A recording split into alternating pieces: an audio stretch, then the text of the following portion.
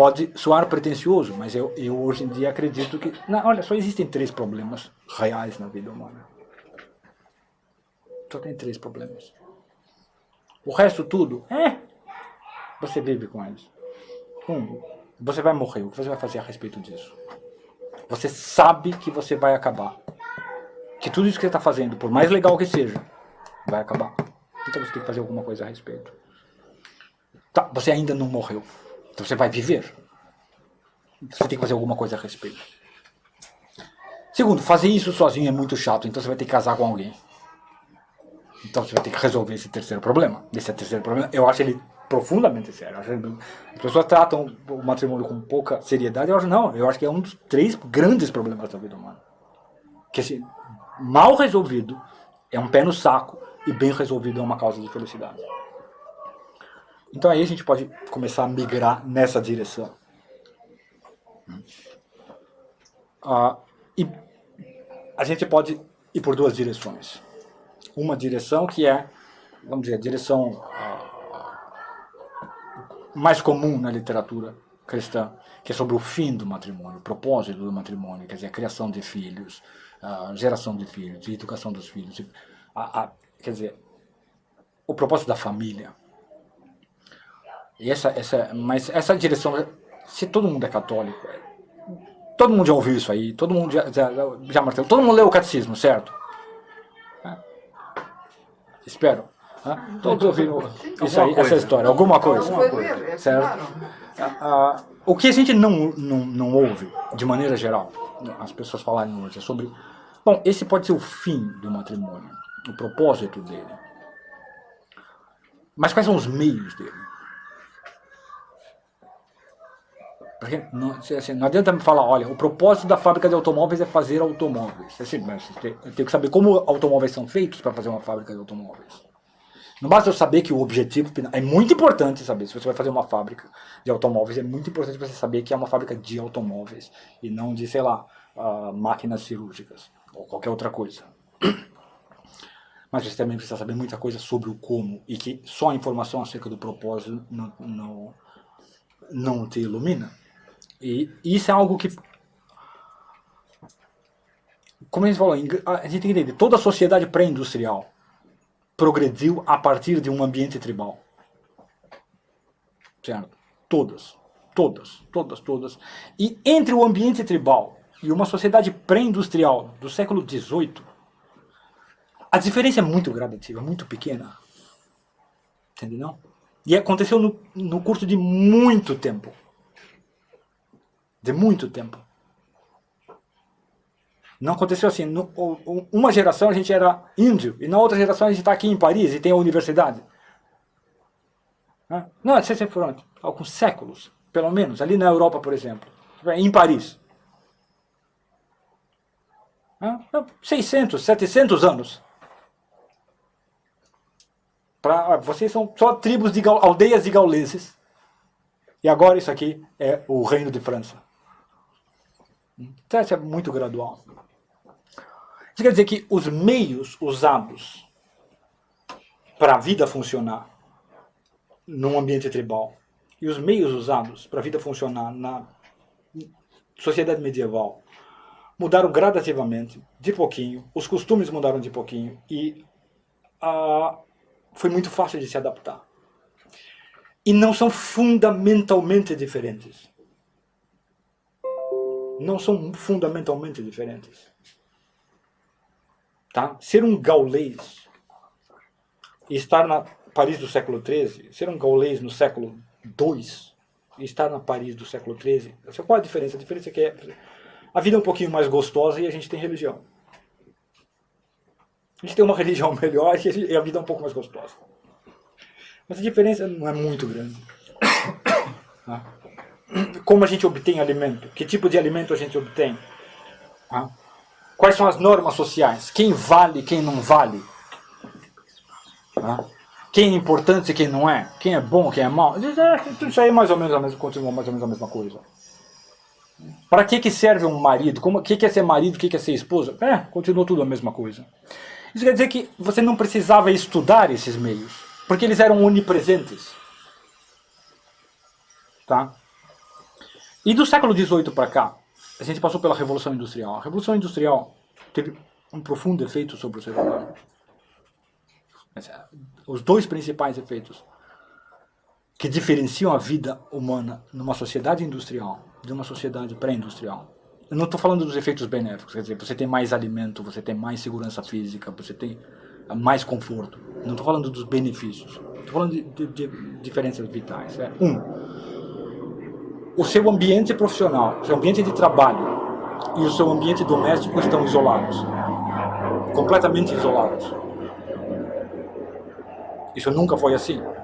Numa sociedade pré-industrial, você não pega um ônibus para ir trabalhar. Você trabalha onde você mora. É assim, ó, no andar de baixo é a padaria, no andar de cima é a casa. Entendeu? No andar de baixo dormem os cavalos e os bois, no andar de cima dorme a gente. Né? No andar de baixo a gente faz sapato, no andar de cima a gente dorme. E uma vez por semana a gente vai lá no mercado para vender os produtos. Entendeu? Então, isso é a primeira diferença. Quando eles falam assim, as mulheres estavam excluídas do mundo do trabalho. Bom, isso só pode acontecer numa era industrial. Na era pré-industrial é o seguinte, o marido e a mulher estão lá, tem a padaria aqui, a padaria está embaixo, os pãozinhos estão embaixo e os bebezinhos estão em cima. E os dois estão andando de um andar para o outro o tempo todo. Então, os casamentos, essa é a primeira coisa. No ambiente tribal, num ambiente pré-industrial, um casamento é um acordo de negócios, é uma parceria de negócios. Entendeu, não? É por isso que em todas as sociedades, os casamentos eram mais ou menos arranjados. Por um motivo muito simples. Você vai fazer pão todos os dias da sua vida. Você quer alguém que nasceu num ambiente que simplesmente a gente lê poesia e faz bordados todos os dias da vida. Você não pode casar com uma mulher assim, porque você vai fazer pão todos os dias da sua vida. Você tem que casar com uma mulher que é o seguinte, na casa dela também. Então o que a gente fazia todo dia na vida? Pão. Você tem que casar com uma mulher que vai facilitar fazer pão. E ela tem que casar com um marido que sabe fazer pão. Entendeu, não? Quando a gente fala assim, as pessoas, padeiro casava com padeiro, barão casava com baronesa, era por um motivo muito simples. Ninguém trabalha longe de casa. Entendeu, não? O fórum público era político e não profissional. Entendeu, não? Isso é muito importante. Então, a industrialização separa o ambiente de trabalho do ambiente doméstico. Essa é a primeira coisa. Segunda coisa, a industrialização emancipa o homem da sua família muito cedo. Não é difícil chegar aos 20, 25 anos e morar longe dos seus pais. Não é difícil. Claro, se você não tem competência nenhuma, você não consegue. Mas se você quiser, coisa mais fácil do mundo. Até eu consegui. Aprende qualquer ofício. Mas qualquer ofício. Que seja um pouquinho mais sofisticado do que varrer o chão. E você consegue fazer isso. Você não consegue viver num lugar muito bom? Você não consegue gerar o mesmo grau de prosperidade que os seus pais já geraram? Provavelmente não. Mas você consegue dividir um apartamento com 2 amigos. Você consegue. Aos 25 anos de idade. Numa sociedade pré-industrial, isso é inconcebível. Você é o 4º filho do padeiro. Na cidade já tem todas as padarias que a gente precisa. Tudo que você sabe é fazer pão, mas você não tem ferramentas, você não tem uma casa, você não tem um lugar. E ninguém quer te contratar para fazer pão. Você pode ser aprendiz de padeiro, e sabe o que o aprendiz de padeiro ganha de salário? Pão. E você pode dormir ali perto do forno, embaixo do forno para não morrer de frio no inverno. É isto. Então, o que acontece? Em toda a sociedade pré-industrial, as famílias são pensadas em termos de muitas gerações. Porque você vai viver junto da sua família o resto da sua vida. O resto da sua vida. Mobilidade social é algo muito reduzido. Você entendeu? Enquanto que assim, você chega no século 18, 19, 18 ainda na Inglaterra, e você começa a ver nos jornais a massa de rapazes que é o seguinte: olha, você sabe ler, você sabe falar bem, você tem um terno preto, você pode trabalhar na burocracia de algum grande capitalista. Porque você tem as indústrias estão fazendo um negócio numa escala nunca antes feita. Esse foi o primeiro tipo de emprego que surgiu em massa. Né? Você está fazendo negócio com todo mundo. Antes você era um tecelão. Você tinha aqui um teatro para fazer o seu negocinho. Quantos clientes você pode ter? Agora você tem máquinas de tecelagem e você faz tecido. Bom, você precisa achar pessoas que precisam desse tecido e essas pessoas não estão no seu círculo social próximo. Você tem que viajar para outras cidades, você tem que vender, exportar para outros países. Então, e você tem que registrar tudo o que é feito. Você não tem mais. Enquanto você era um artesão, você tem, quantas encomendas você tem como artesão? 20. Você guarda tudo na sua cabeça. Agora você é um industrial. Bom, você tem que registrar o que está fazendo. Quanto tecido a gente fez? Quanto a gente comprou aquilo? Quanto fez aquilo outro? Para quem vendeu? Quanto que cobrou? Você tem que registrar tudo isso aí. E não existe computador. Você entendeu? Então o que você faz? Pega rapazes que sabem ler, que sabem se comportar bem, que sabem falar bem, que tem uma boa roupa e sabem fazer conta, e eles vão fazer a contabilidade. Você vai fazer serviço burocrático, serviço de escritório. E esse rapaz aí, ele tem 22, 23 anos de idade. Você vai pagar um dinheirinho para ele, com esse dinheirinho ele aluga um quarto na cidade. E não interessa que os pais dele estão morando lá no interior do não sei onde da Inglaterra. Ele pode morar em Londres, livre. Ele não sabe nada da vida. Mas ele pode agora determinar a vida dele longe dos pais. Entendeu? Então esses foram dois efeitos imediatos da Revolução Industrial. A gente precisa de rapazes para serviço de escritório. E nós estamos prosperando, criou-se muita prosperidade. Então você criou uma classe média ascendendo economicamente. E a classe média, quando você ascende socialmente, o que você faz? Você emula os hábitos da classe superior. Inevitavelmente. Porque você não pertence mais ao ambiente, à classe econômica. Você não pode mais lidar com aquelas pessoas, você não quer comer aquelas coisas, você não veste aquelas roupas, você não mora naquelas casas. E então você tem que ser aceito num outro grupo. E na Inglaterra, o que diferenciava as classes mais baixas das classes superiores? As classes superiores têm servos, elas têm empregados. A aristocracia tem, você limpa as botas, você cuida do cavalo, você cuida dos alfaces, você abre a porta. Então, o que acontece? As pessoas da classe média, em Londres, eu quero contratar empregados. Eles começaram a contratar empregadas. Então, do mesmo jeito que você pegou rapazes e colocou nos escritórios, você pegou moças do interior, ou órfãs, e colocou para lavar a roupa, para varrer a casa. E elas também, elas ganharam um dinheirinho, elas estão longe dos pais. Você entendeu? Então, você rompeu dois elementos do matrimônio pré-industrial. O matrimônio é um negócio de família. Não é assim, você casa com quem você quiser, porque é o seguinte, cara, você vai ter que viver junto, a sua esposa vai ter que viver ali do lado da sua mãe, do seu pai, da sua avó, na mesma casa, geralmente. Por 20, 30, até eles morrerem. Então, é um negócio de família. Porque você depende deles para viver bem.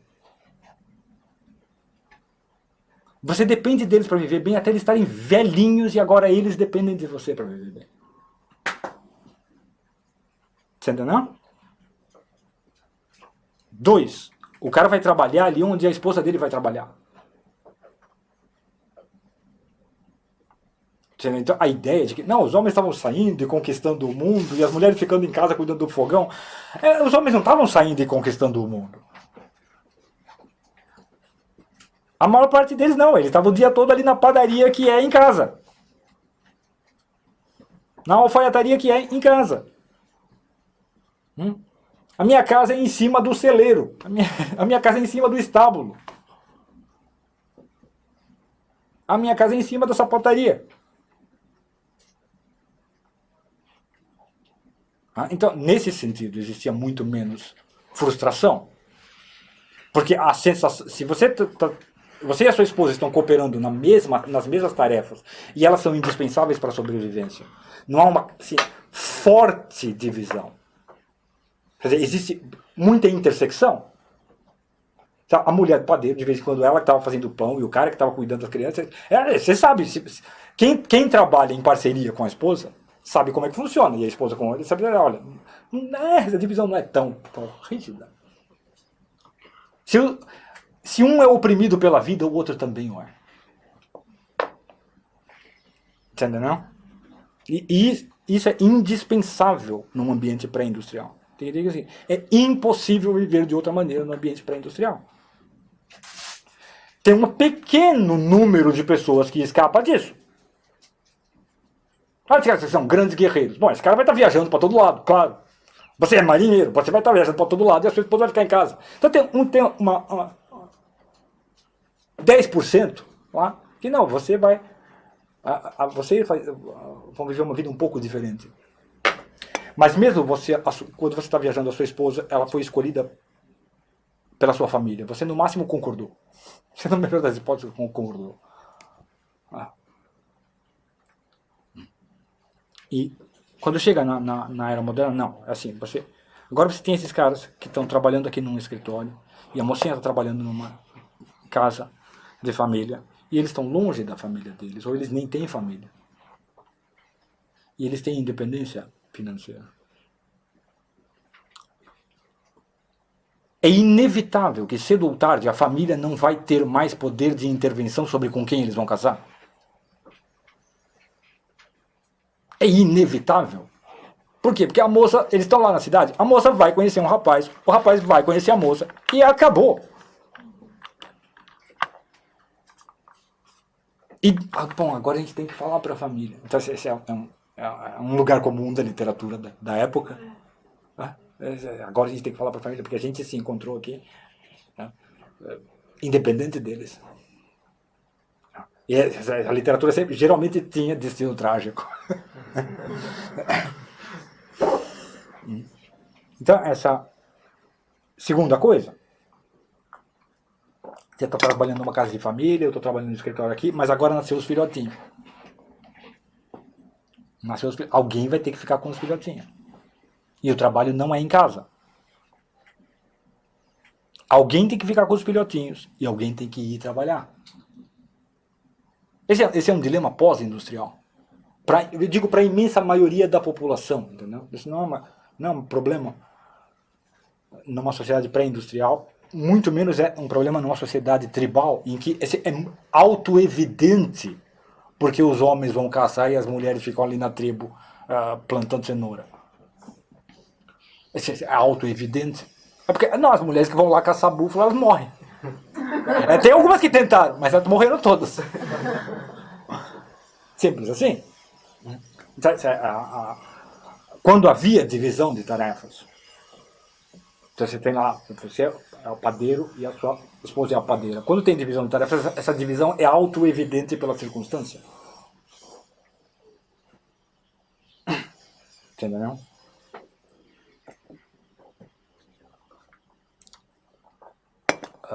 Então, o matrimônio sofre, depois de 200 anos de industrialização, nós já estamos aqui há quase 300 anos, num mundo que é industrializado há quase 300 anos.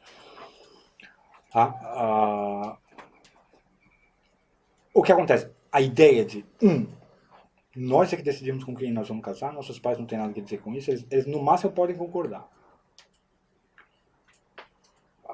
E 2, as pessoas têm que se tornar independentes financeiros dos pais muito cedo, o quanto antes, e E a profissão delas não tem nada que não tem necessariamente que ver com a dos pais, não precisa. Os pais também não têm nada a dizer acerca da sua profissão. E as famílias são descontínuas. O novo casal vai morar num lugar totalmente diferente do velho casal, que já mora num lugar totalmente diferente do mais velho casal, que já mora num lugar diferente. A gente nem sabe, do casal que já morreu, a gente nem sabe onde eles moravam. Os seus bisavós, você já nem sabe. Então, você atomizou em termos geracionais. Isso aumenta muito a solidão, mano. E por que cada um deles tem que, então... Cada casal tem que redescobrir a vida humana sozinho? O que é ser casado? O que é lidar com uma outra pessoa todos os dias? O que é cuidar de bebês? O que é enfrentar... alguém tem que sair e voltar. Todo mundo tem que redescobrir tudo sozinho. Quer dizer, então, isso é talvez a sombra, o fantasma do século XX e do século XXI. Todo mundo tem dúvida acerca de tudo. Cara, meu bebê está com uma cara estranha. Exatamente, a avó chega lá, não, esse aqui você dá um tapa assim, ó, pronto, resolveu. Mas isso é normal. Você pode se beneficiar muito indiretamente em pequena. E mais ainda, você sabe que junto com esta sabedoria dos velhos, existe também a superstição dos velhos. Você sabe que eles estão errados em alguma coisa. E que pode ser fatal para o seu bebê. Você sabe disso. Você entendeu? Então, quer dizer, você está numa situação de dúvida. Dúvida acerca de tudo. O que é curioso é que nos tempos de hoje parece que esse raciocínio se perdeu completamente. A sensação de não pertencimento mais, no momento que a família tem essa quebra com a tradição familiar, né? E essa toda a sensação de não pertencimento, essa que vem com essas dúvidas todas, quando você é questionado com conversa com outras pessoas, vem com aquele clichê do conflito de gerações, né? Exato. E eu particularmente sempre procurei pensar, mas será que isso sempre foi assim? Quer dizer que eu tenho sempre que brigar com meu pai, com a minha mãe, porque a minha mãe e meu pai também brigaram com os pais deles e essa é toda a memória ancestral que a gente tem. Exato. Porque nós não temos mais a memória ancestral da era pré-industrial. Então quando você tem essa... Então, veja bem, se você pegar a linhagem dos seus antepassados, dos seus pais até Adão, a imensa maior parte deles viveu desse jeito que a gente estava falando, que é pré-industrial. E só as últimas 10 gerações viveram do jeito que você vive, ou que seus pais viveram. E quando vem essa resposta do portal do conflito de gerações, você tem que se resignar e aceitar. E nem sequer mais questionar ela. Isso sempre foi assim. Você tem que se resignar. Sabe por que você tem que se resignar? Porque é o seguinte, em parte isso é verdade, em parte meus pais não sabem como resolver os meus problemas. Por quê? Porque eles também tatearam no escuro. O crescimento que os meus não vem de uma tradição milenar de solução de problemas familiares. Isso aqui não é uma aristocracia que, desde o século X a gente faz assim. Não é assim. Então eles também tiveram que resolver mais ou menos, e os meus avós também. E os meus bisavós também. Talvez, como brasileiros, talvez os nossos bisavós tenham vivido num ambiente ainda pré-industrial. Professor, Opa. Nesse movimento aí que acontece, esse movimento quase das condições materiais que vão mudando a vida da sociedade e a própria cultura, a gente sabe que tem também um monte de ideias que vão justificando e talvez até modificando essa sociedade. O que tem preponderância aí? São ideias que modificaram o modo como as pessoas agiam, e essas pessoas começaram a modificar as condições materiais da existência, para usar um termo horrível do Marx, né? Sim, tudo nasce de ideias. Mas as condições mudam primeiro e geram novas ideias, ou as ideias mudam essas condições, de uma certa forma? Mudam a ação das pessoas para mudar essas condições? Eu acho que as duas coisas, mas as ideias têm preponderância. Eu acho que as ideias com mais frequência são as ideias que o ser humano põe na cabeça dele acerca do que deve ser a vida, que mudam as condições. Então, essa mudança teria surgido primeiro na cabeça de alguns sujeitos, né? Sim, por exemplo, a Revolução Industrial não poderia acontecer se não existisse a ciência matemática que a precede. Se não existisse máquina a vapor. A máquina a vapor não pode existir sem Galileu, sem a ciência matemática. Então, começou de ideias. Lá atrás. Veja bem que eu não estou julgando a Revolução Industrial e dizendo, não, isso é um mal e nós devemos todo mundo voltar a ser índiozinho. Não é isso que eu estou dizendo. O que eu estou dizendo é que ela postula um desafio. Ela põe um problema, que é, como ele falou, o homem do século XIII podia contar com os meros costumes sociais para fazer o seu casamento dar certo. Opa. Mas isso também volta ao tema que tivemos antes. Já não há tradição oral que se passa. Já não há tradição E oral. aquela coisa de acabar todo dia como uma história completa,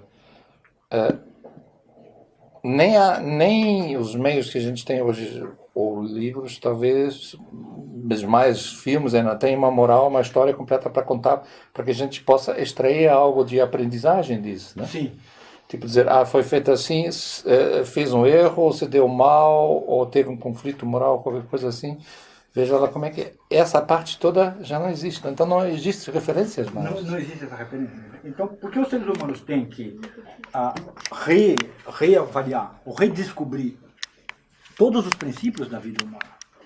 Pensa bem, Aristóteles nunca teve que parar e pensar como é que os casamentos funcionam. Porque o meu casamento não está funcionando. Se o casamento dele não estava funcionando, ele sabia por quê. Porque ele estava vendo os outros que funcionavam e ia dizer, olha, é porque a gente falhou.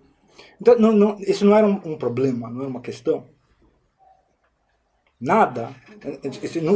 Essas coisas, problemas dessa ordem prática e próxima, vamos dizer, essa prosaica, raramente levantavam questões existenciais, se evoluíam para questões existenciais, problemas existenciais. Enquanto que, se você pegar o homem moderno, século XX, século XXI, tudo, meu filho, vai virar questão existencial para você. Você está ferrado. Tudo vai virar angústia existencial. Por que os meus relacionamentos nunca dão certo? Por que eu não tenho sucesso? Por que eu não ganho dinheiro? Por que ninguém gosta de mim? Tudo. Tudo vai virar uma questão diante do tribunal da imortalidade, da eternidade, do nunca, sempre. Por quê? Você entendeu? Tudo. Por quê? Porque ninguém, olhando no ambiente em torno, você vê, ninguém sabe como essas coisas funcionam.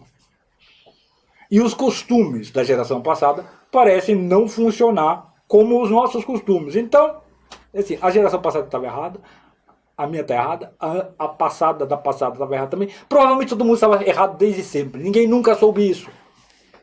Então, a ideia de que o ser humano sempre foi ignorante acerca de tudo da vida é algo muito presente. A ideia de que o ser humano é um bicho burro é muito verossímil.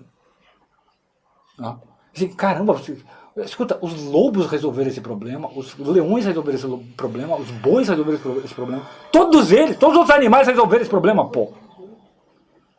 Certo? E nós não. Então tem alguma coisa profundamente errada. Não é que nós não. Nós resolvemos esse problema. Mas nós resolvemos esse problema de um jeito que não é facilmente transposto para esse novo cenário. A gente tem que reexaminar os princípios do problema para aplicar soluções do mesmo tipo, soluções tão eficazes quanto. Em outras palavras, quer dizer, o homem no século XIII, ou o homem na aldeia Sioux, não precisava se perguntar como o casamento funciona ou por que funciona. Se o dele estava dando errado, ele ia lá e perguntava para os outros caras, não, como é que você faz com sua esposa? E aí resolvia. Ou ele falava, não, isso daí dá muito trabalho, eu aguento minha esposa que fica me chateando, então pronto. Você entendeu? Esses problemas eram fáceis de resolver. Fáceis. Essa é outra coisa que você escuta muito na literatura logo depois da industrial. Os pais propondo, não, casa com esse cara aqui. Não, mas eu não o amo. E daí a mãe falando, não, mas não se preocupe porque o amor vem depois. Como se fosse uma coisa assim, perfeitamente natural. E se você tentar fazer essa experiência, você vai ver que não, geralmente não vem mais ódio. Geralmente quando a gente começa se amando, termina se odiando. E quando a gente começa neutro, termina se odiando também.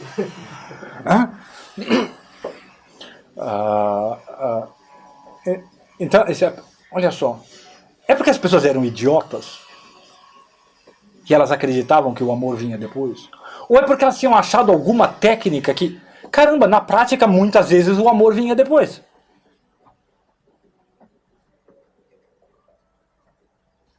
Você entendeu? É simples assim. É que nem você tá com dor de cabeça. Tá, toma uma aspirina. É por uma mera superstição? Não, é porque toda vez que eu tomo aspirina passa a dor de cabeça. Geralmente funciona. De vez em quando não. De vez em quando você tem um tumor do tamanho de uma laranja no seu cérebro. Daí não funciona. Mas geralmente funciona. Entendeu? E se você observar os relacionamentos matrimoniais, você vê que, não, olha... Geralmente eles chegam a um estado de assim, nós nos toleramos por causa das crianças, mas a coisa mais divertida do nosso matrimônio é causar sofrimento um ao outro. O Dr. Miller, que foi um dos professores do meu pai, dizia o seguinte: existem dois tipos de casamento que funcionam, que duram a vida toda. Os muito piedosos, excessivamente piedosos, e os sadomasoquistas.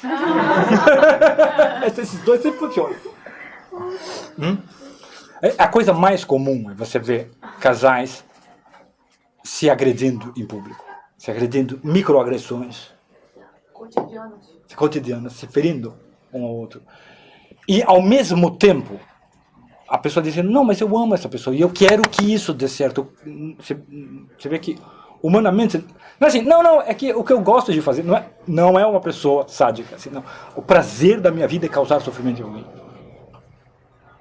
É uma espécie de automatismo que emerge do subconsciente, para usar termos psicológicos. É algum agente alienado da sua consciência principal. É evidente isso. É muito evidente. Ou parece que tem duas pessoas aí dentro. Uma que quando você pergunta, não, eu amo essa mulher, eu quero o melhor para ela, vou fazer o melhor para ela. E daí, dali 5 minutos, faz aqui. Mas você fez...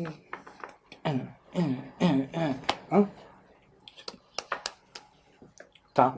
E, embora a gente possa explicar isso em termos psicológicos, no sentido moderno, da psicologia moderna, quer dizer, certamente em termos psicológicos, existe um agente alienado da sua própria consciência.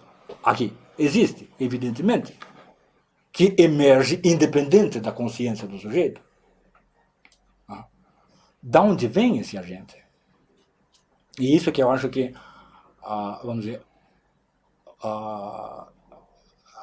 o método escolástico pode fornecer algum tipo de resposta sobre de onde vem esse tipo de agente e o que causa esse tipo de conflito matrimonial. Porque, veja bem, raramente os matrimônios são destruídos por grandes males trágicos. Eles geralmente são destruídos por uma montanha de grãos de areia. Os relacionamentos amorosos eles são destruídos por uma montanha de espinhos. Uma coisinha hoje, uma coisinha amanhã, outra coisinha. Não aguento mais. Acontece também. Se não, o filho ficou com raiva, foi lá e matou seu pai e estuprou sua mãe. Bom, agora você tem que divorciar dele, não dá para aguentar ele. Eu entendo. Mas normalmente o que destrói os relacionamentos não é isso. O que destrói os relacionamentos é a sensação, é o testemunho unânime dos terapeutas matrimoniais. O marido chega e fala, eu fiz tudo para esse casamento dar certo e não recebi nada em troca. E a esposa, eu fiz tudo para esse relacionamento dar certo e eu não recebi nada em troca. Os dois dão exatamente esse mesmo testemunho. Isso é um fato universal. Tá? Pode ser que você seja uma pessoa muito legal e tenha, por acaso, casado com um canalha ou com uma canalha. Mas, honestamente, não é isso que acontece a maior parte das vezes. Por mais que você queira, senão, olha, agora eu criei essa narrativa para encerrar aquele período da minha vida e aliviar a minha consciência. Se eu fiz isso aqui, eu tenho um bode expiatório, resolveu. era um canalha, era uma vadia, era um monstro. E eu era um inocente, coitado. Não. Normalmente, a maior parte das vezes não é assim. A maior parte das vezes você casa com uma pessoa mais ou menos parecida com você. Ou você vai morar com uma pessoa mais ou menos parecida com você. Essa que é a verdade. Então vamos tentar entender de onde vem essa multidão de ofensas não resolvidas e que são mais ou menos involuntárias e que geram nos dois a sensação: eu fiz tudo, eu ofereci tudo e não recebi nada. O professor falou a palavra agente que age no... Sim, uma gente, é como se tivesse dois seres dentro daquela mente. Aí eu me pergunto, esse agente seria necessariamente algo externo ao indivíduo? Por exemplo, aquela sociedade que oprime a mulher que tem que ser carreirista? Não. Veja bem, é ele mesmo. Os dois agentes é o mesmo jeito. É o mesmo jeito. Mas parece que eles operam de maneira independente, como um sonâmbulo. É só simbolicamente dois agentes. Tá? Não é que assim, o sujeito quando ele fala, não, eu amo a minha esposa e eu quero o melhor para ela, tem um ser agindo. E daí quando ele, não, agora a gente vai almoçar e ele, né, mas fez assim, aquilo ali, o outro, não sei o quê. É o outro ser. Não são dois seres realmente, é o mesmo sujeito, o mesmo ser. Mas parece que esses dois seres, esses dois atos não se comunicam um com o outro. Eles não parecem proceder do mesmo centro psicológico. Realmente não parecem. Eles parecem ser independentes. O centro, o senhor diz o que vem do coração. Não, pensa bem. Quem aqui é casado? Há quanto tempo? Mais de 5 anos? Já vi quantos? 6. Você nunca se viu pensando com minha esposa, não sei o que, daí ela faz alguma coisa e você cutuca ela e provoca ela e você faz maldade, só porque você precisava se vingar daquilo que ela fez no dia, na semana passada. E, pô, da onde, parece que isso aqui não veio do mesmo lugar que veio aquele pensamento de, não, como minha esposa é maravilhosa. Não, eu não amo. Mas é verdade o que o professor fala, essa espicaçadinha. Exatamente. Nós temos uma regra que é não dormir com raiva. Não dormir com raiva. Não dormir com raiva, porque na próxima manhã a gente já não se lembra e a raiva vai ser uma vida própria. E a gente não sabe onde ela vai aparecer, em qualquer lugar. Que a gente O não sabe. motivo vai embora e fica o rancor. Mesmo que briga até a última, mas esclarecer o assunto. Você tem que terminar o dia, meu amor, muito boa noite, beijinho. Você tem que terminar. Isso é verdade. É verdade. Isso tem a ver com a coisa de completar o dia, né? Sim, isso ajuda exatamente. Então, essa é uma excelente regra. Mas de onde vem essa duplicidade, essa dualidade em mim? Não é difícil notar ela. Não é difícil notar. A gente tem algo parecido com os pais e os irmãos, pessoas com quem a gente teve que conviver muito tempo. Acho que com todo mundo que você tem que conviver muito tempo. Com os colegas de trabalho de muitos anos também, você tem algo parecido? Com todo mundo você tem algo assim.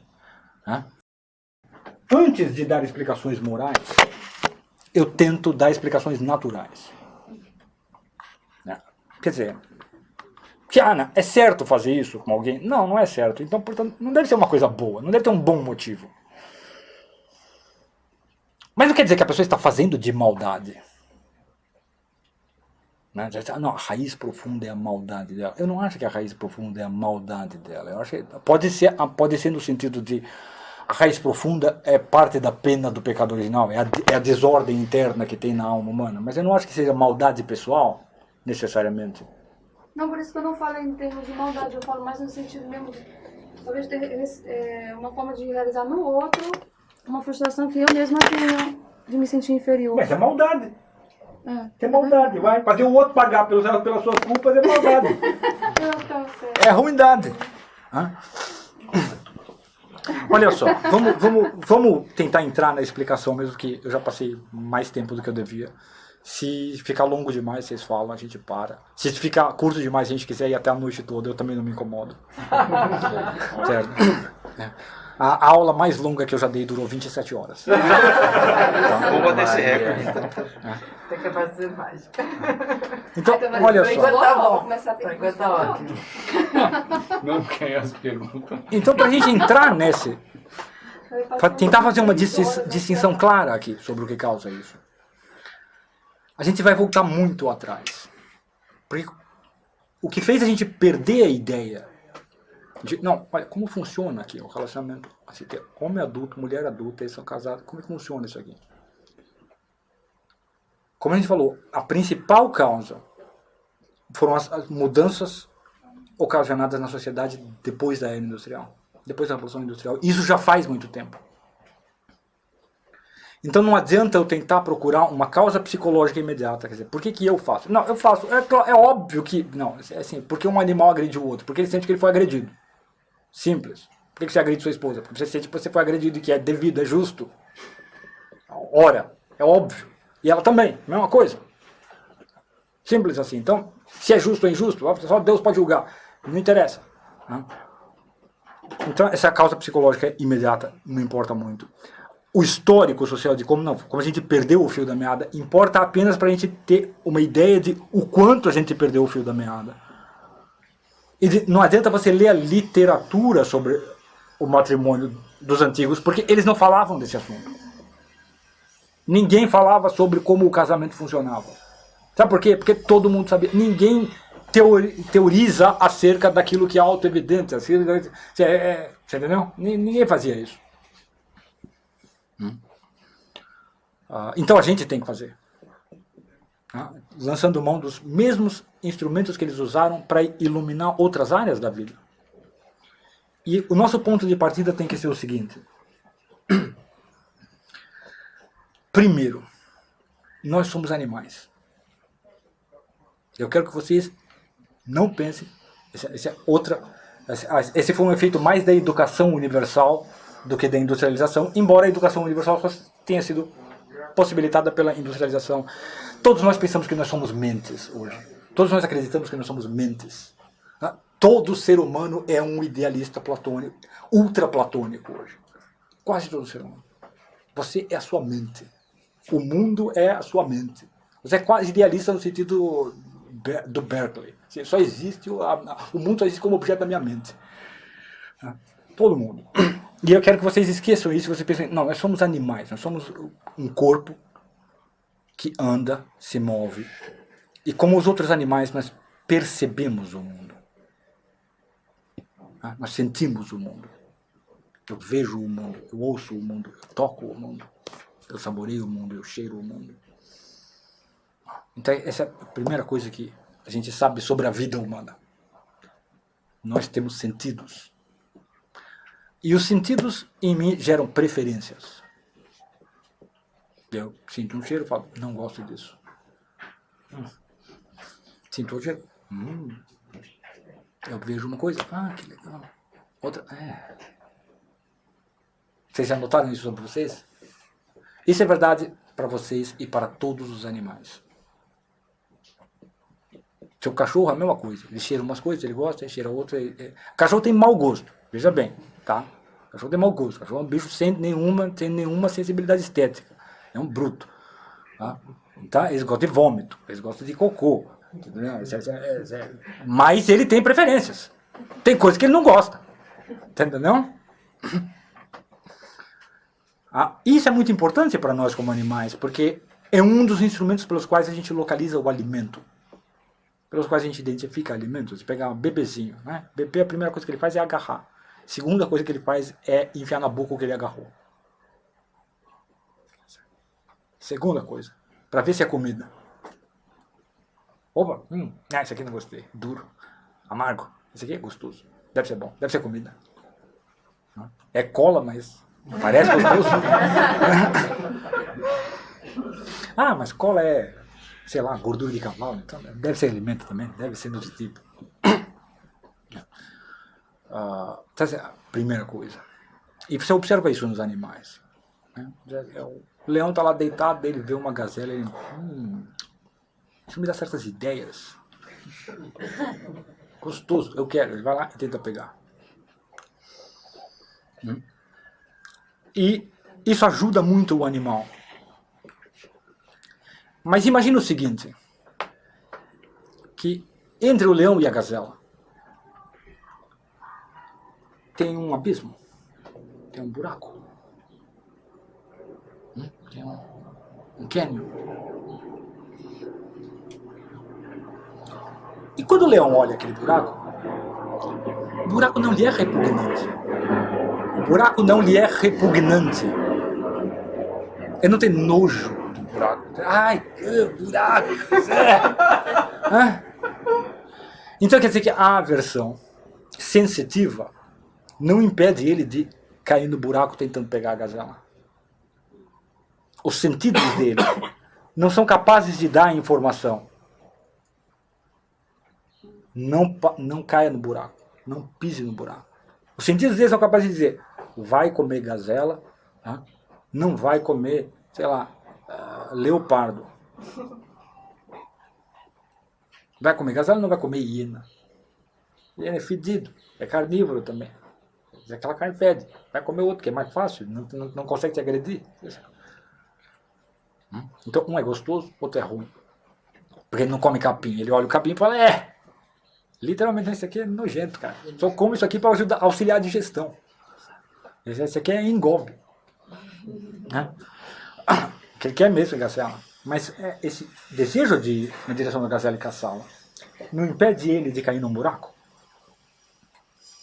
Então é preciso que o animal tenha um outro tipo de percepção que auxilie ele quando os sentidos não são suficientes. E esse tipo de percepção é o que os escolásticos chamam de estimativa. A estimativa é a capacidade que você tem de avaliar o potencial das formas das coisas.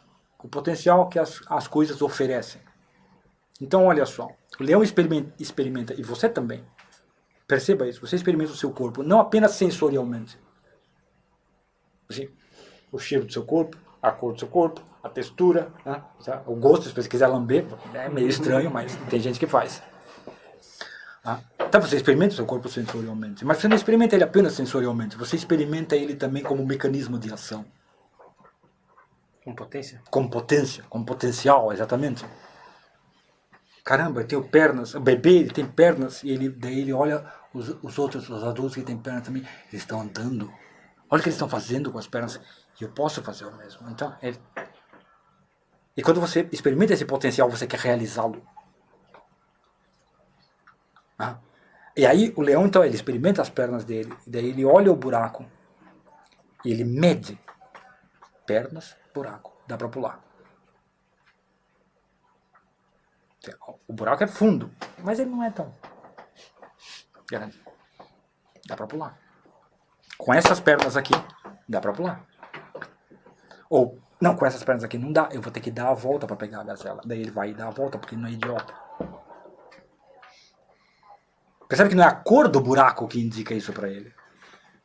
É uma avaliação comparativa da força dele com o tamanho da coisa. O tamanho da coisa é dado pelos sentidos, mas a força dele é dada apenas pela estimativa dele.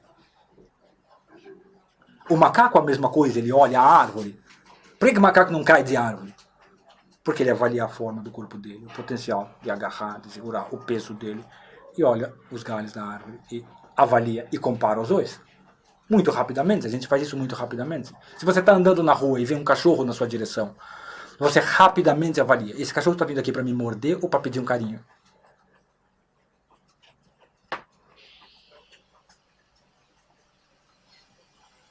Entenda que isso é indispensável, porque agora vamos pensar da ótica da gazela. A gazela tem que entender a intenção do leão antes de ser mordida, não tem? Ela não pode aprender com a experiência. Tá, o leão pegou, agora você não vai aprender nada. Agora você vai morrer.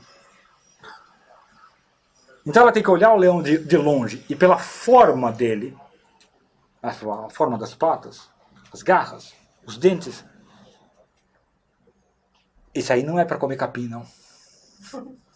Esse bicho aí não é para comer capim. Esse bicho está vindo aqui para me comer. Então, veja que isso não é um dado dos sentidos, porque ela ainda não foi comida. Ela ainda não foi mordida. Isso é estimativa. A estimativa envolve, então, uma avaliação das possibilidades futuras a partir das formas presentes.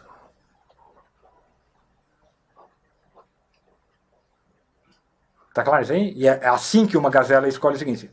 Tá, o leão tá vindo na minha direção, eu não vou tentar lutar com ele. Eu vou fugir. Agora, um gnu olha, o leão tá vindo na minha direção. Bom, talvez seja mais fácil enfrentar ele do que fugir. Porque ele tem forma física para isso.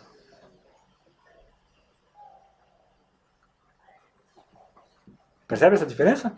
E a gente faz a mesma coisa o tempo todo. O tempo todo.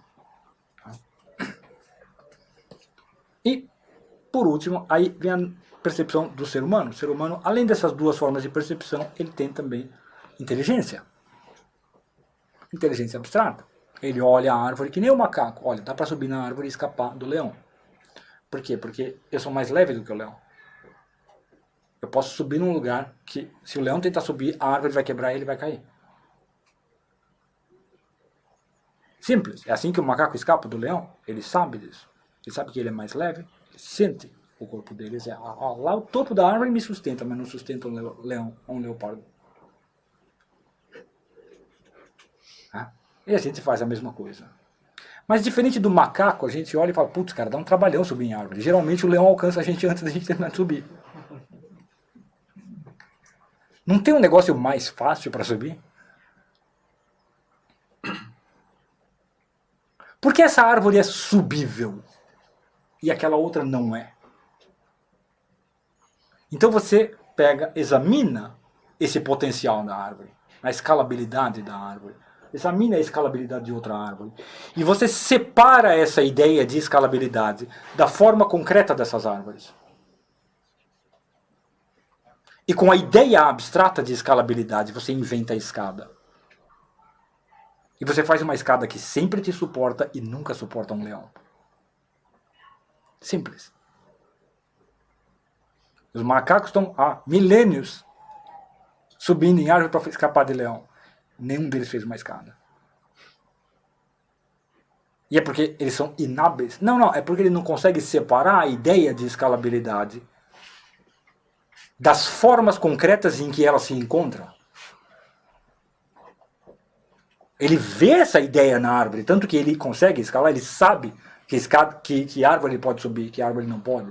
Então ele percebe a ideia, mas ele não consegue separá-la. Deu para entender? Então você tem 3 fontes de informação na sua mente. É isso que os escolásticos dizem sobre o ser humano. Você tem os seus sentidos, você tem a sua estimativa e você tem a sua inteligência.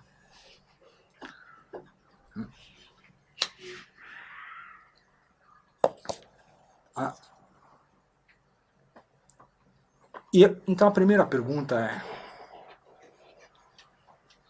como esses sentidos de estimativa me afetam como agente humano, como indivíduo humano?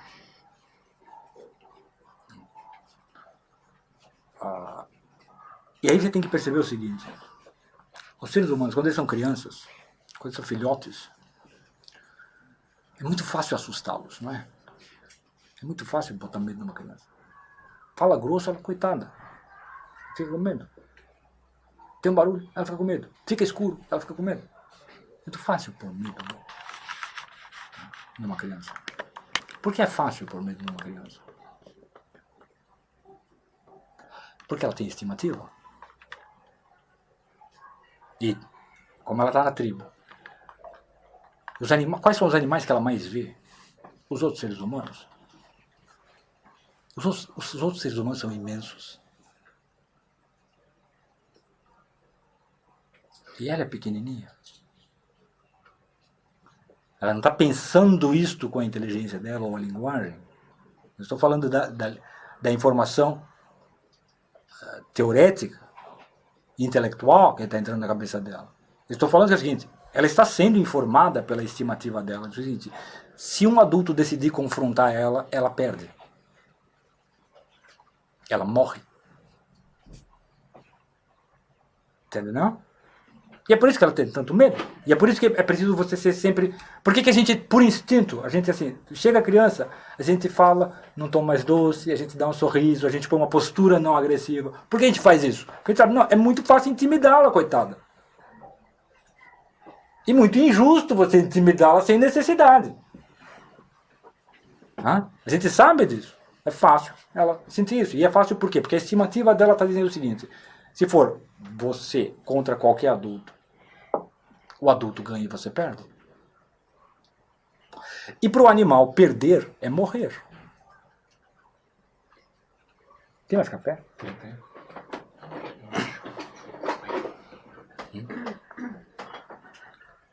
Entende isso? Observem as suas crianças, vocês que já têm crianças. E os que não têm, observem as crianças dos amigos, ou as dos vizinhos.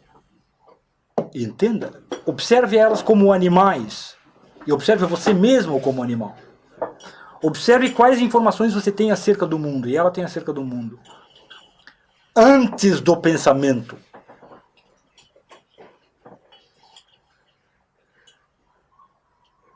Quando você faz uma pergunta para um ser humano, o ser humano sabe que é o seguinte: olha, dessas 3 fontes de informação, a melhor é a inteligência. Todo mundo sabe disso.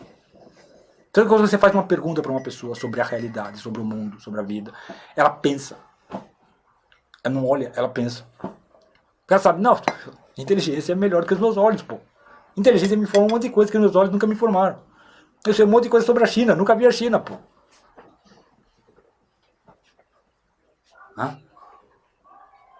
Então a gente não leva em consideração essas outras fontes de informação. A maior parte do tempo a gente não, elas não são um centro consciente de informação. Mas essas informações estão sendo recebidas constantemente. Alguém pôs açúcar aqui?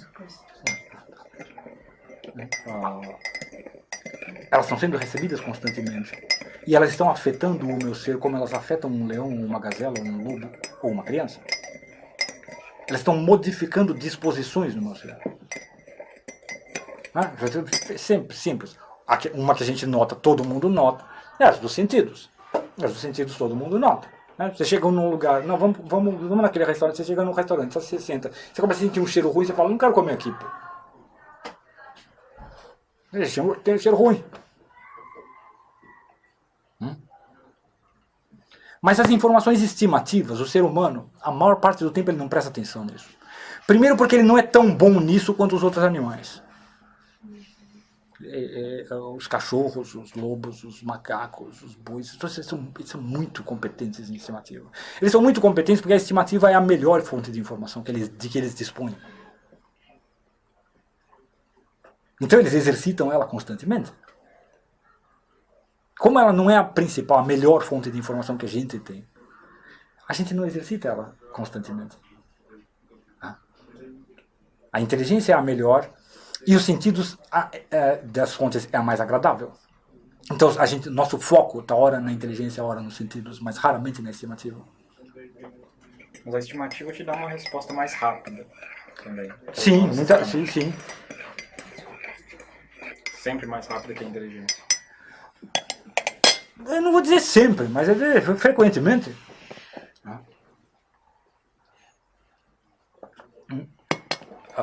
Então a criança olha os adultos e fala, é melhor me encolher diante desses bichos aqui, é melhor me encolher. Exatamente como os leõezinhos se encolhem diante dos leãozões. Ou você acha que eles desafiam de igual para igual?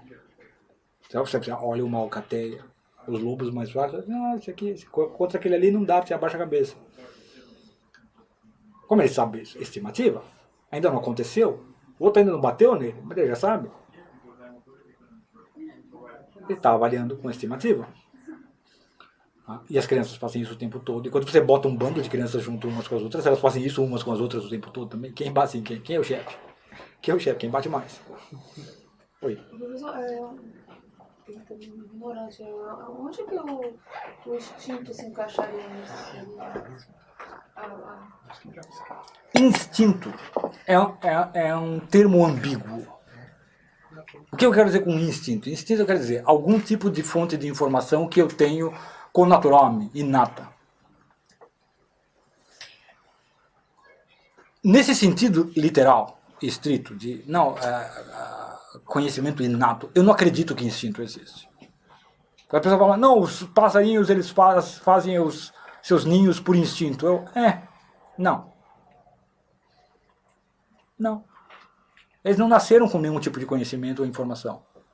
Eles fazem por estimativa. Eles olham o graveto e veem, dá pra juntar com o graveto e fazer o ninho, pronto. A ovelha olha o lobo e fala, isso aí tá aqui pra me comer. Pronto. Não é instinto, é estimativa. Não precisa um ente misterioso. Pensa bem, instinto é um negócio totalmente misterioso. Assim, não, olha, você...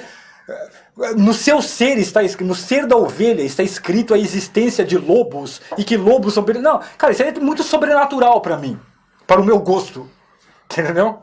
O meu gosto é assim, não, ela vê o lobo e ela tem estimativa, ela avalia o corpo dela, a boca dela, isso aqui é para comer grama, come capim, aquela boca ali não é para comer capim. Por que esses dentes tão grandes, vovó? Por que esses dentes... Você entendeu? A ovelha faz a mesma coisa. Por que esses dentes tão grandes? Não é coisa boa. Entendeu? Essa é uma avaliação estimativa. Professor, Opa. O pai do senhor, professor Olavo, falou sobre você ver várias vacas para você criar uma imagem de vaca e ter a imagem de vaca, vamos dizer assim, você vê várias vacas estáticas, várias vacas movimentando, depois você cria uma imagem de vaca. No geral, assim, em que tipo de conhecimento entra isso daí? Desses três? Isso pode ser um conhecimento estimativo e pode ser um conhecimento, pode ser uma ideia. Você pode ter uma imagem geral, uma imagem na sua imaginação, memória, a fantasia memorativa.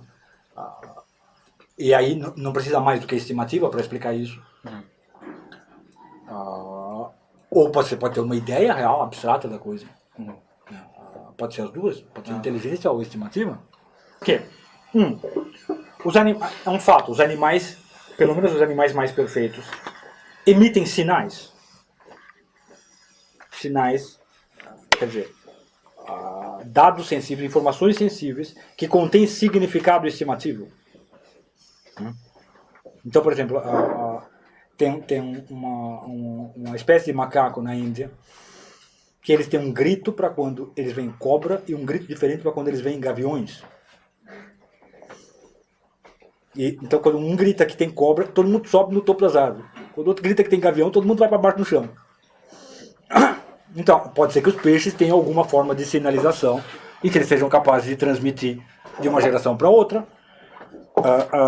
Pode ser que isto fique em alguma medida impresso no seu organismo físico e seja transmitido para outras gerações. Realmente eu não sei. De alguma maneira transmite. Pode ser que os peixes mais novos simplesmente observaram que os peixes mais velhos não faziam isso e eles também não fizeram.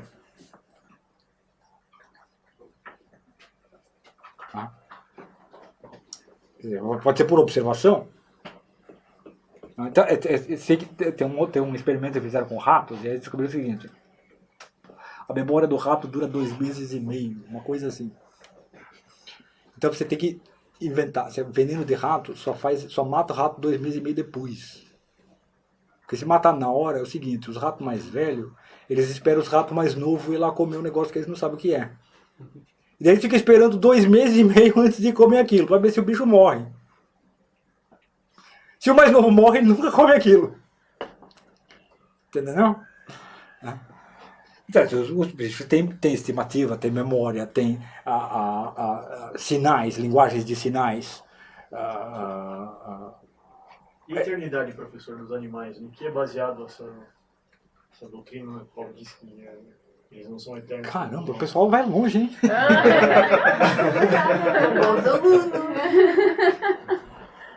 É baseada na beleza da espécie, na perfeição formal da espécie.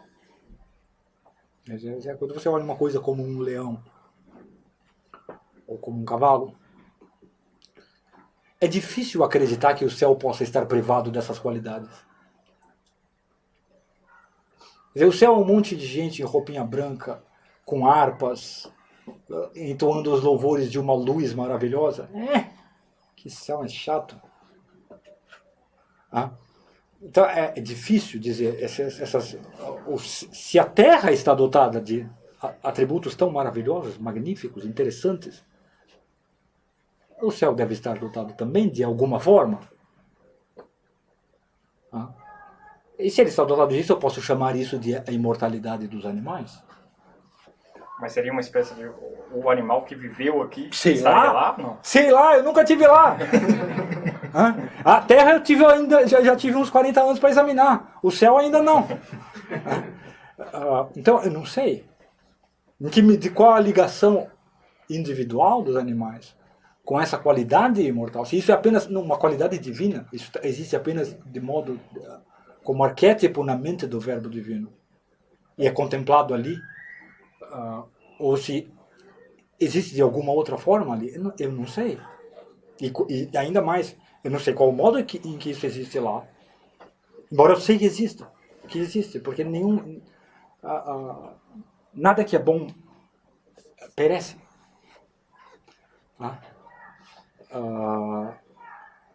Eu não sei como existe no paraíso, e eu não sei qual é a relação real e concreta entre a existência disso no paraíso e as existências dos animais aqui. Eu não tenho a menor ideia. Cobra a gente já sabe que existe. Bom, pelo menos no jardim existia. Então, eu não sei. Essa é uma questão que eu... Porque no COF, por exemplo, quando o professor Olavo ele aborda essa questão da eternidade, ele fala sobre uma das dicas que ele dá é o senso da eternidade, né? O senso de continuidade, na verdade. Você continua sendo você mesmo, apesar de todas as mudanças que vão ocorrendo ao longo da vida.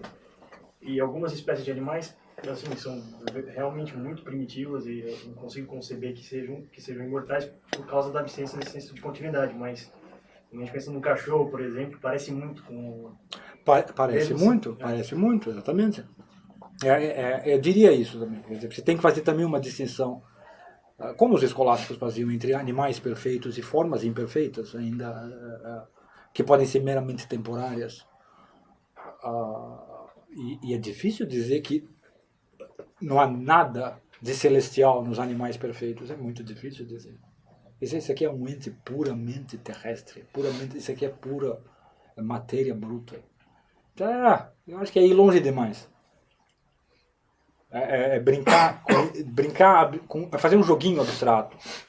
Não, eles não têm inteligência abstrata, então não existe nenhuma razão pela qual possamos afirmar a sua imortalidade, ou nada de imortalidade neles. Mas, agora, olha o bicho. Lembra que eu falei? Sempre acredite nos seus próprios olhos. Por que alguém pinta um cavalo? Por que alguém ama um cavalo? Por que alguém ama um cachorro? Bom, tem qualidades ali que são dignas da alma humana. Então, eu não sei o que será dessas qualidades depois que o animal morreu. Eu não vou dizer o que vai acontecer com elas. Animais perfeitos, o senhor diz, não só aqueles que são úteis ao homem. Não, sei lá, os por exemplo, leões. uma serpente é um animal perfeito. É um animal que é desenvolvido o suficiente para você ver que ele tem uma vida distinta e interessante e ele representa certas qualidades. Ele não é necessariamente útil para o ser humano, mas ele é necessariamente significativo ou ilustrativo para o ser humano. Então, serpente não tem muita utilidade, mas é rica de simbolismo. Então você tem a serpente de bronze, você tem a serpente do Éden, é rica de significado, tanto símbolo da sabedoria quanto da malícia. E se você olha, não sei se você, como eu falei, acredita nos seus próprios olhos. Vai olhar o bicho e dizer, caramba, tem alguma coisa de impressionante e profunda ali.